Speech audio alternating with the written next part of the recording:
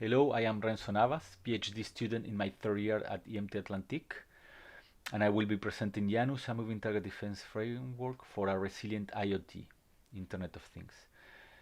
This paper will be published in the IEEE ISCC conference that should have been held in Rennes, France in 2020, but because of the COVID-19 situation, it's not. So I decided to make this video. And I excuse me in advance, it will be a little bit more informal, but I promise it will still be boring, as in should have been in real life. So this is the table of contents. You should find the slides in the description of this video, and I will make sure this video is also linked in the final version of these slides. So we start with the problem statement and state of the art. The context is the Internet of Things. Internet of Things are cheap devices that have network capabilities and sense and actuate over the physical world.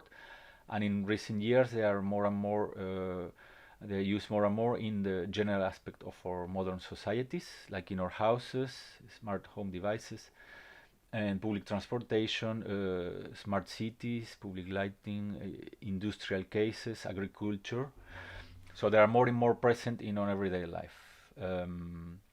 Another aspect of them is that in some cases the security properties of these systems are not as evolved or mature as in legacy systems because of the inherent constraints they have in terms of capabilities. In the link of these slides, I show a small trivial man-in-the-middle attack for a demo IoT platform, and I am interested in about resilience of those systems. So what is resilience? A system is said to be resilient if it can evade or withstand adversarial attacks. So even under attack, the system should be providing the service it has meant for, even if in a degraded way. And some facts, even if we put all our effort on preventing attacks, they are bound to happen. So the problem is not if, but when and how we react when an attack happened to our system. And for many IoT use cases, resilience is a priority. Meaning, what if it's a device that related with health or with or industrial or safety? In this case, we cannot allow the system to fail, but we have to keep providing the service. But current IoT systems, sadly, for many, resilience is not a reality. So we have currently a gap on what we need and what we have. So the aim of security papers is to shorten this gap to have more resilient IoT systems in order to use them in the use case they are meant to be used. So how we improve resilience of an IoT system? There are many ways, and the way our paper and my thesis it's taken, it's by using a cyber defense paradigm called the moving target defense. I'm gonna go to explain what it's about, but it's basically the rationality. The rationale behind it is that the computer systems are static by historically. So meaning you have components and then you have the system running with these static components. And this static nature makes the work for the attackers easier, because if you have enough time, you can study the system, come up with a possible vector of attack, launch it, and exploit it. So they talk about a asymmetry that exists between static system and active dynamic attackers. So how to rebalance this information asymmetry that exists? MTD says we are going to make system also dynamic. So even if you find an exploitable failure, it will be limited in time. Or even if you exploit it, the exploit will be limited in time. So in one line, MTD rationale is to make parts of a system inherently dynamic. This has been proposed in 2009, explicitly, but of course the dynamizing parts of a system is a much older concept. But in the umbrella of MTD is 2009, the first time it's been proposed. So you have many options to which components of a system to dynamize, and the classical literature categorize them into 5 areas. So these are the accepted taxonomies of MTD strategies. We have data, so it's like application data. Software, meaning you can use different libraries that make the same functionality. Runtime environment, for example, it's a randomizing RAM address allocation. And then we have dynamic platform that's using, for instance, different operating system, maybe a failure existing one and not in another version, on even changing hardware. And finally, we have network category that it's randomizing network components, for instance, IP addresses, or even physical topology, or other network components. As we will see, IoT it's very useful to exploit the network components. Tempting, not easy, sorry. So some state of the art. More than 80 distinct MTD strategies exist for generic MTD. Unfortunately, recent MTD surveys only identify 4 distinct MTD strategies for IoT. You can see Appendix 2 for more details. So our proposal is to develop more MTD strategies for IoT, and we, in order to hope to do it, we propose IANVS in honor of the Roman god of transitions, beginning, ends, movement. There is no Greek equivalent of this Roman god. And IANVS is an MTD framework for IoT. It tries to abstract, generalize, and link common components found on MTD strategies. And then a concrete strategy can use it as an archetype to define the components in order to implement a real-life usable solution. So basically, the goal is to leverage future MTD for IoT work. IANVS it's a enabler to simplify the work of future design. And it's composed of 4 main components. The first 3 are not well studied in the field of security. We have 2 inputs. One is the AKE component that it takes the name from authenticated key establishment.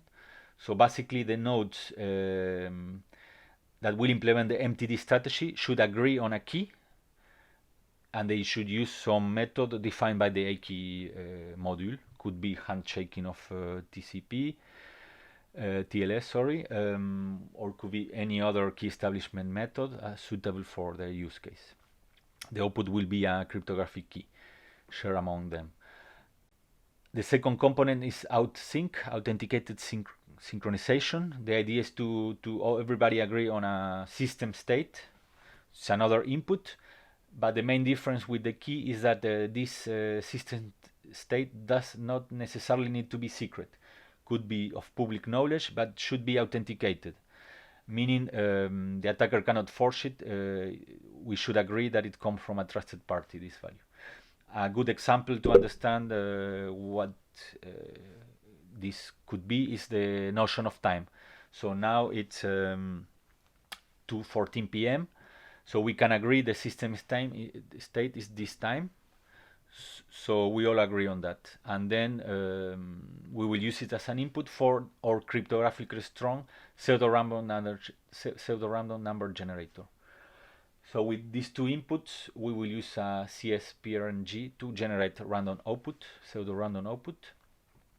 We propose to use string chippers, Cha-Cha-20 in particular, and then with this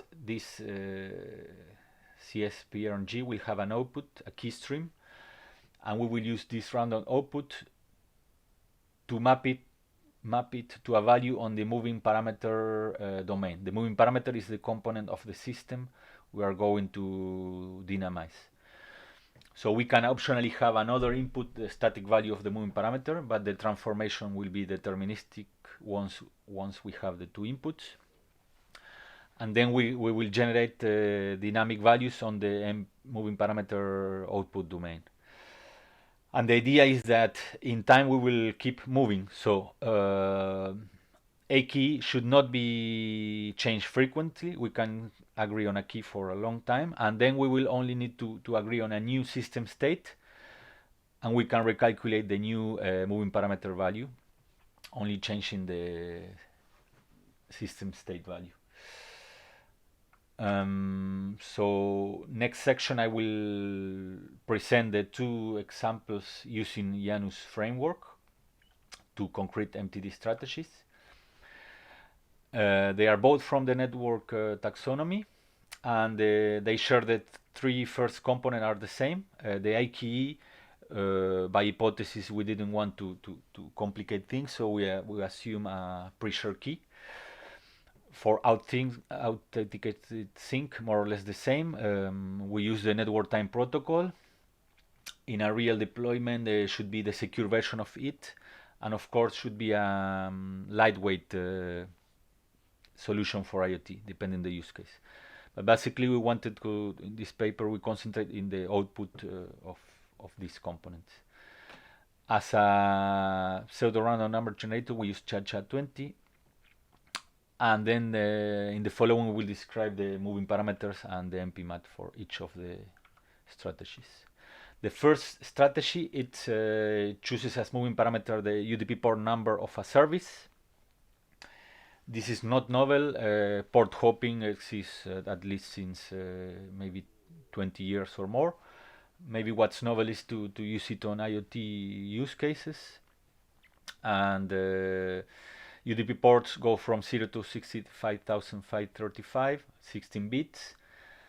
So this gives us 16 bits of possible randomization. And we will apply for instance, for the co-op application layer service. It has a well-known port, but now we will try to randomize it. The way we randomize it is taking the 16 bits of the key stream and XORing, in our case, with the well-known port number of the co-op service, in our case. If you have more than one service port open, special care should be taken, because you can have collisions, and you can have attacks on the it's like using the same key to encrypt two things. So special takes should be taken care. It's detailed on the paper. Basically, this is we allocate some bits, and it's only used for a single service. The second strategy aims at the co-op well-known core URI. Co-op is an application layer protocol, so we are higher in layer of abstraction in the OSI model. And the well-known core resource, it's defined in the co-op standard, should be implemented by every co-op resource server, and it allows a remote client to discover other resources hosted on the server. So if you send a get well-known core resource URI, the resource server will reply with the description of other resource hosting. So of course this can be used as a vector of attack for denial of service, because if you are malicious, you can flood the resource server with well-known core request, and if it do what it has to do, it replies, and it uses network resources and other resources. It can exhaust the battery, etc. So we propose to randomize the representation of this resource, so the URI. And the URI, it uses the ASCII encoding of well-known and core. This is 15 bytes. That's equivalent to 120 bits. It's much more than the 16 bits we have for the UDP port. And the idea is now the well-known core URI will be dynamic with the appropriate change of the MPMAP. Again, basically, we use the CHA-20 key stream to XOR the 120 bits of the ASCII representation.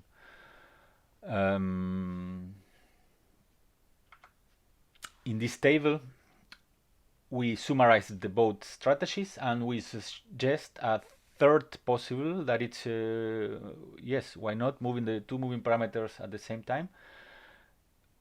It's not as easy as in this table because you may have different periods for different moving parameters, but if we simplify, you can concatenate the entropy of both, so you can have 136 bits of port plus well-known NOR URI, and this is of course a bigger space of movement of whatever you are randomizing. In the paper we detail the possible solution, and the special care should be taken if you do this. Now we are going to enter in the implementation and evaluation. We only did it for one of the proposals. One important thing is that we share the source code and also the data of the experimental part of the paper. Here are the links.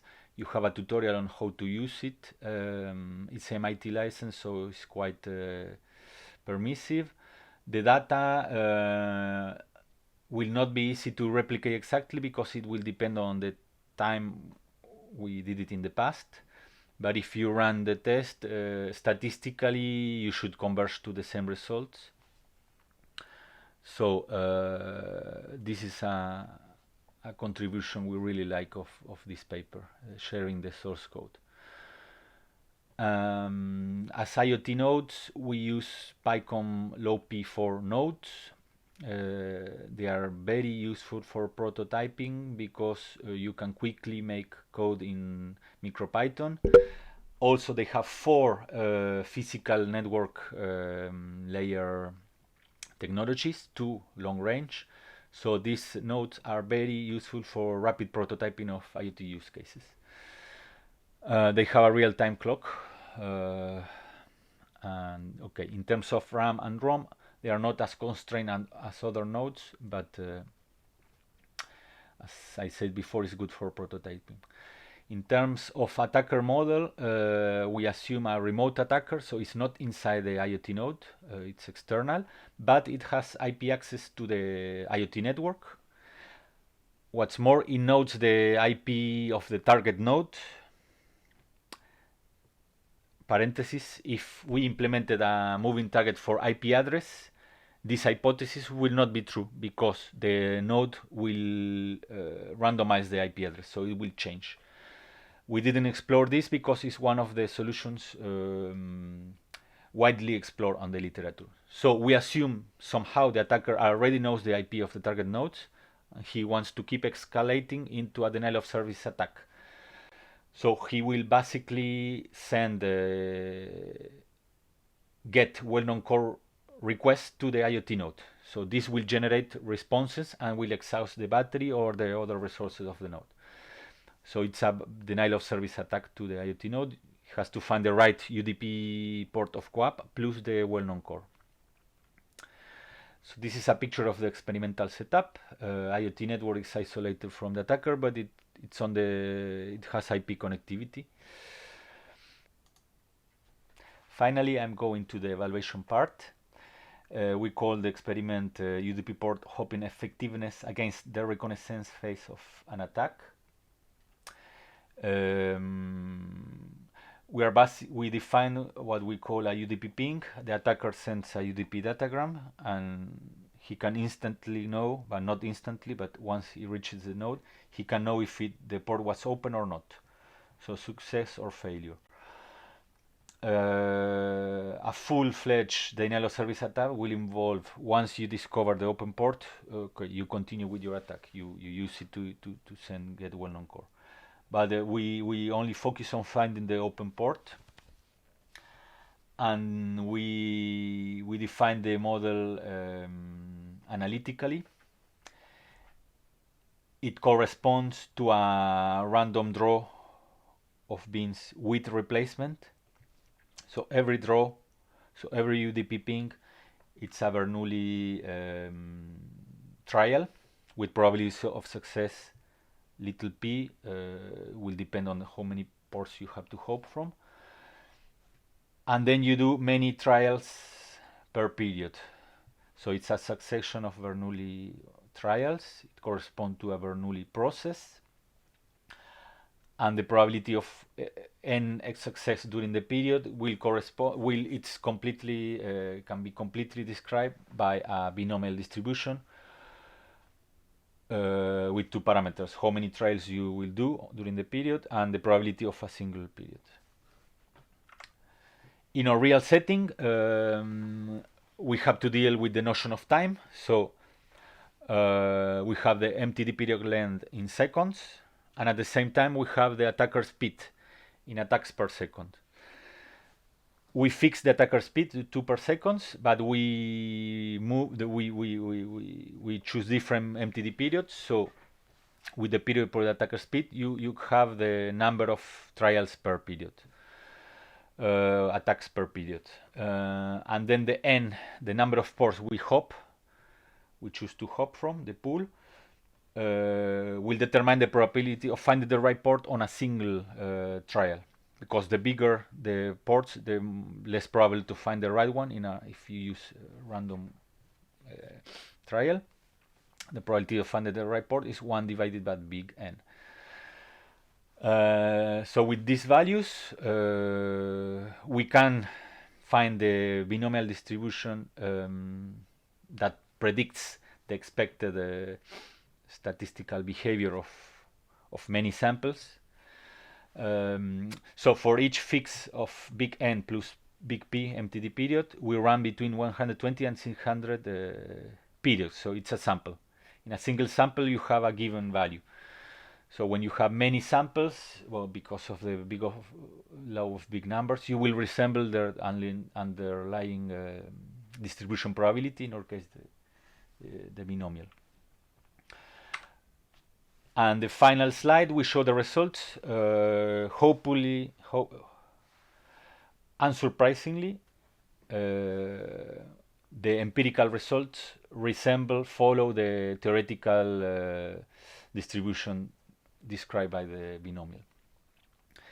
So as you see, we choose values not hazard. These values should have been on the 50% percentile.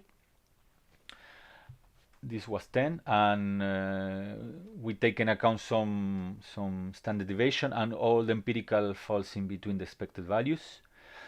And what's interesting to say about this, there is always a trade-off. As a defender, you want to be close to here, to the top, and as an attacker, you want to be here. So as a defender, you have basically two parameters to move: how many number of ports are you moving, and the speed of the length of the MTD period. So you can move faster if you want, but it will have a cost. And you can have more open ports. You should have as many as you can, but sometimes you won't be able because of the constraint mentioned before. And as an attacker, you could play with the speed of attack, but you will also be constrained by your own limitation, and doing faster attack will probably be more expensive because you need a faster hardware or whatever. So the game will be played with these parameters.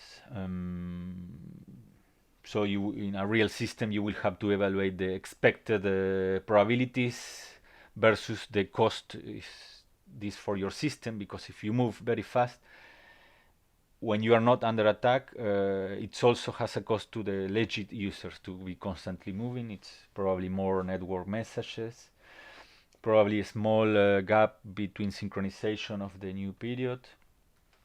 So it's a very interesting trade-off game. But imagine for a fixed attacker, the more ports you have, the less probability of the attacker to find your open port. To finish this virtual presentation, MTD is promising paradigm, but IoT solutions lack. In this work, we propose IANVS, a generic MTD framework, in the hope to leverage the design of future and novel MTD strategies for IoT. And we also instantiated 2 of them, IANVS based, and we implemented and evaluated 1 of them, and we shared the source code of it. And to conclude, we hope to raise the interest of the MTD paradigm in the IoT community. So thank you very much for your attention. Any questions in the room? Of course not, aside from this bad joke. Please, if you want, leave comments on leave your question in the comments of this video, and I will do my best to answer them. So I hope you are okay, and stay safe. Thank you very much for your time.